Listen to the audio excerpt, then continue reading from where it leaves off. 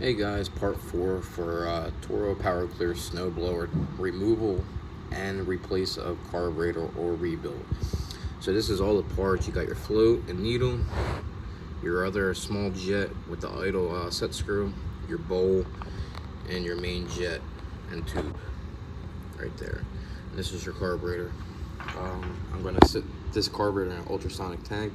Also, please be sure to replace the bowl gasket and the manifold gasket. There's some stuck on there, so it's going to sit in the hot tank. It's going to get hot. I'm going to clean up with a brass brush so not to score up the carburetor manifold side, because it could create a vacuum leak.